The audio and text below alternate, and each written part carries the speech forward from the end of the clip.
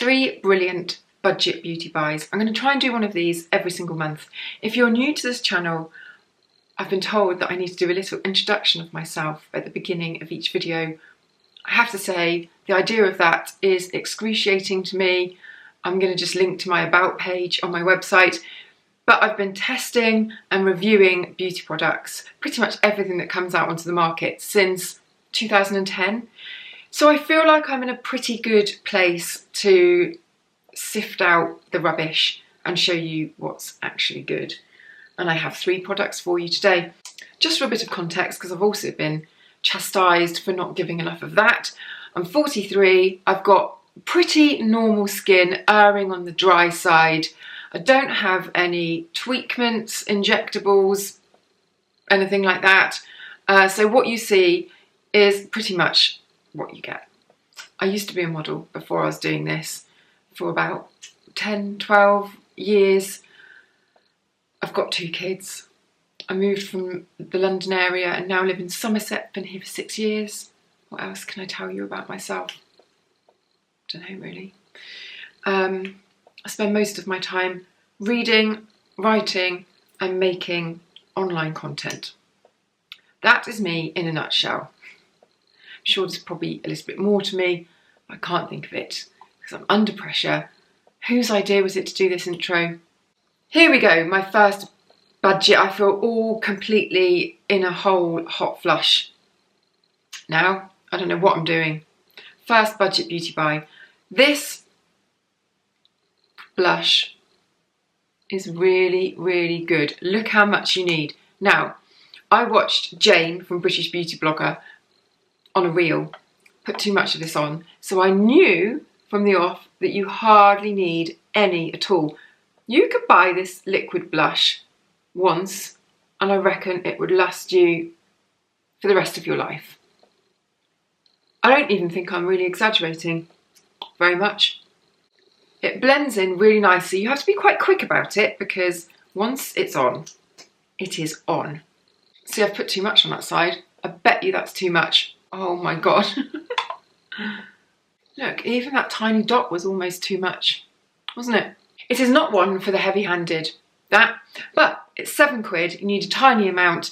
If you don't like having to spend on makeup but want good quality makeup with good payoff and good longevity, I mean, I really doubt you'd ever need to buy another blush. I really like the pink shade, which is what I've got on. I think it's called Tickle Pink. I could be making that up. Could be wishful thinking. So that's that. The e.l.f. Cosmetics Camo Blush. It's really good. So many of their products are amazing at brilliant price points. Let's move on to skin and a couple of buzzwords ingredients-wise in the beauty industry: peptides and ceramides. They've been around forever, but recently I feel like you hear about them so much more. They're on every single product name, they're on all of the packaging, and I know from my friends who just aren't interested in skincare at all but don't want to be missing out on the latest thing. They're like, what the hell are they?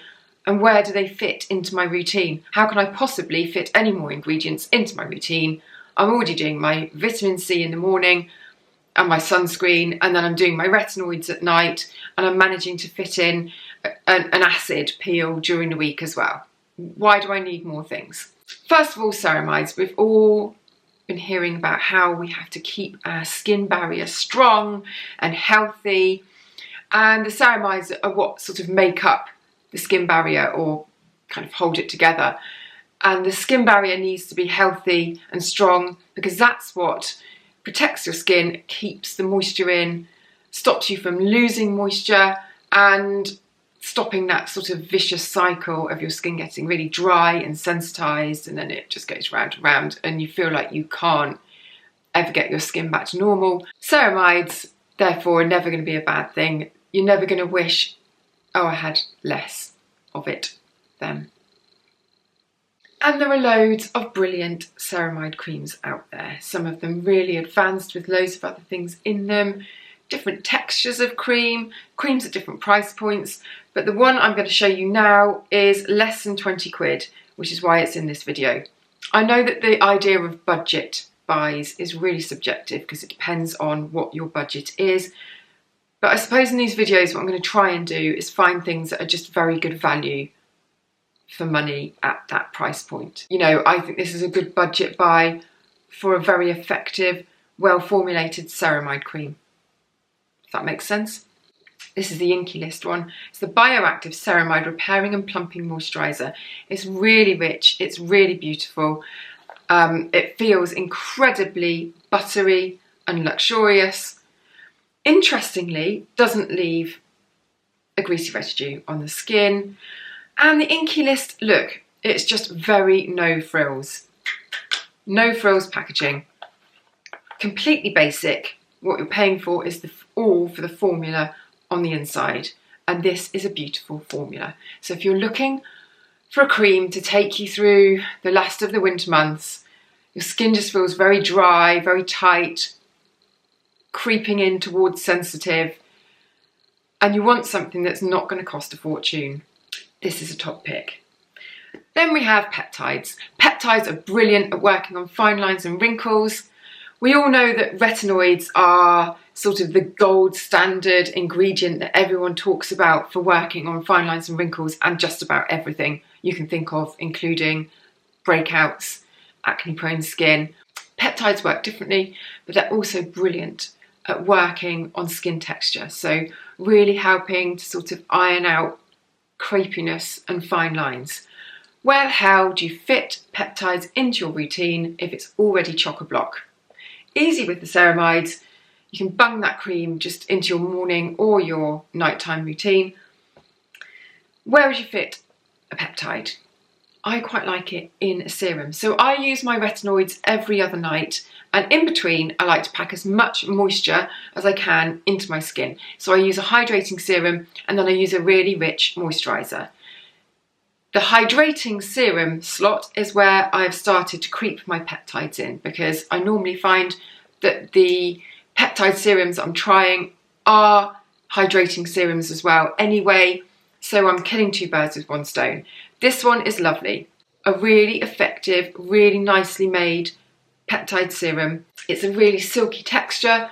It feels very kind of sophisticated and lovely to apply. It's got lots of nice slip, but then it doesn't leave any residue on the skin. It feels very fresh, very light. It's just lovely. And I think if you've been wondering, you know, do I need to be ticking this peptide box? Is this something else? It's just another investment. But you're already using a hydrating serum. That's a nice swap in that you can make. 3 budget beauty buys. I feel like I've gone on the right skin care tangent there. I'm also losing my voice, apparently. So let me know any questions in the comments box below. I'll do a blog post to go alongside this video for you, so make sure you check that out. If you want to subscribe to my blog posts without having to go to the website, because you don't want to miss them, then it's free forever. Just pop your name into the form, there's a link below as well, and I will send them to you every time I post something. Right, I've got to go because I've got to go and have lunch. I will see you in the next video.